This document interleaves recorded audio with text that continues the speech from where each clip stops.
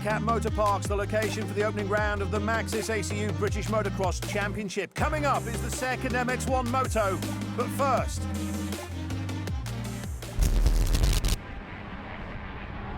FatCat was also the setting for the opening round of the new-look MX2 Youth Championship.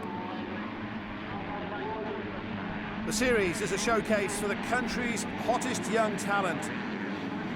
Joel Ritzy on the RFX KTM, powered by PAR Homes. Ike Carter riding the GL12 Husqvarna. And Casey Hurd of Team Green Kawasaki were expected to be among the front runners.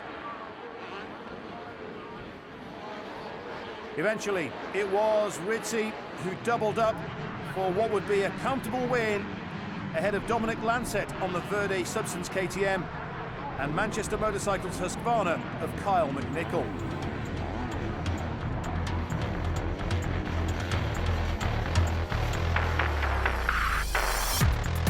This is the picture going into the next round, and Joel Ritzy with a commanding position in the championship at this early stage of the season.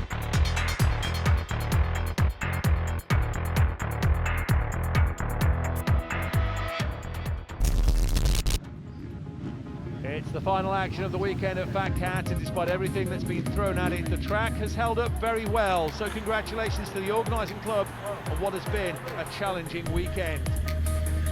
Stu Edmonds will be providing some of the pictures for us, possibly for the first 100 yards, if that.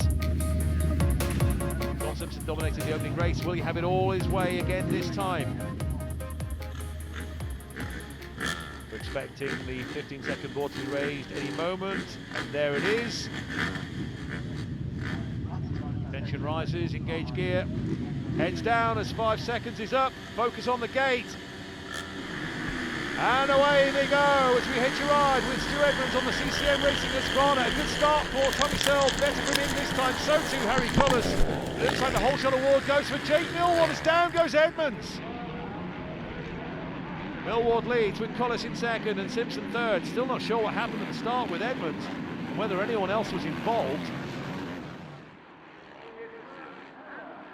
This corner has caught out quite a few on the opening lap of most races today.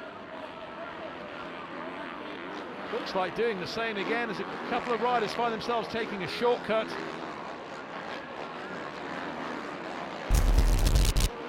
This is the moment. Millward claimed the whole shot. It looks like he did it by a tyre rim from Cullis. Watch for the faller at the back of the shot. Two riders in trouble, one more so than the other it would seem. Mel Pocock on his feet, but when you need a friend, there's none better than fellow dirt bike riders. Great to see as Jake Shipton climbs back onto his feet.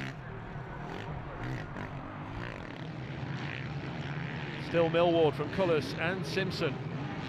Hard to believe by looking at them we're in the opening couple of minutes of the race. A little bit of a gap back to fourth, which is in the hands of Lewis Toombs, and then Tommy Searle is holding fifth. Mel Pocock was sixth. As Simpson looking menacing as far as Cullis is concerned, and the RFX KTM man on the power and pushing his way past the Finnish rider, so a change to second place. Simpson's next target is Jake Millward. Jake Millward with a clear track ahead of him. He took 12th in race one on the Chambers Racing machine. He's well aware there's a long race ahead and some very quick men behind him. Here's Brad Todd on the Gabriel Insulation Seal Moto Yamaha. Looks to be in 7th at present, following an encouraging 6th in Moto 1.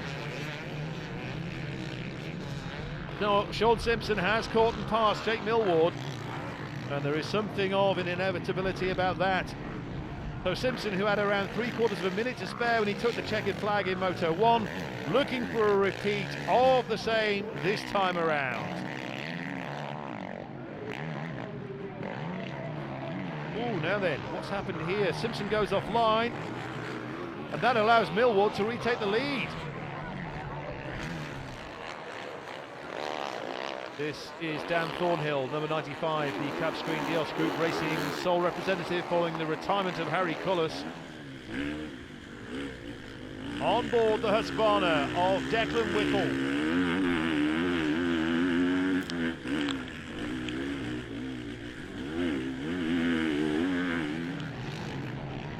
Simpson looking to reclaim what was his, and nobody's sticking to the right-hand side again this time. So Simpson back in the lead following his earlier blip. He's approaching the jump where he had his moment earlier on.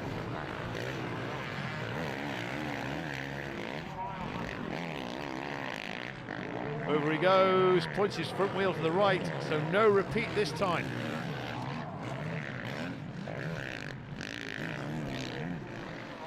British Championship regular Kurt Krasnov hounding Jamie Law, the Estonian on the Phoenix Tools of Pico Kawasaki, and looking to snatch a position if he can.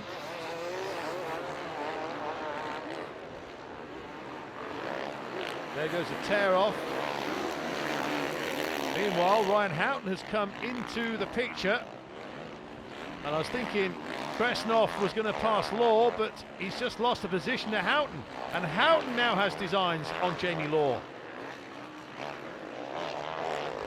He's gaining. The gap is coming down on Houghton. Through he goes, so 2 places in the blink of an eye almost. An unusual view from Stu Edmonds, and that will be because of his opening turn spill, which has knocked his camera forward.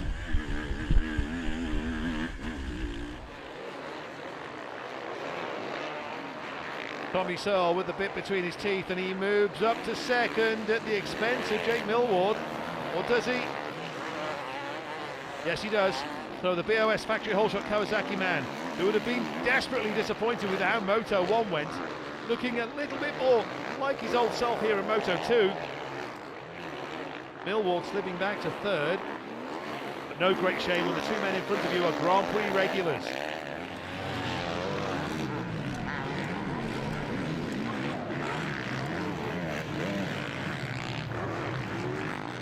So Simpson now back in third following his unscheduled pit stop, which I understand to be some sort of brake issue.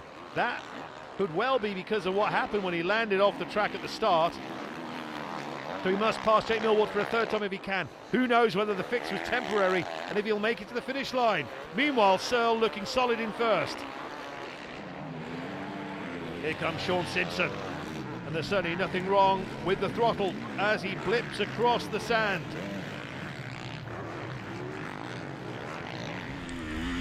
Edmonds still going. He's in the top 20, so he should end this race with a handful of points. The gap to Searle is too far to bridge, but after what has been an eventful moto for Sean Simpson, he will walk away with the overall victory and the red plate if things stay as they are. It's a win for Tommy Searle, and a comfortable looking one, but he had to work hard for it when he found himself down in 5th place on the opening lap. And that is a forlorn looking Brad Anderson taking off his goggles. He was in 8th, but that's gone. And Simpson crosses the line to take second. More importantly, it's the overall win and the red plate into the next round at Canada Heights.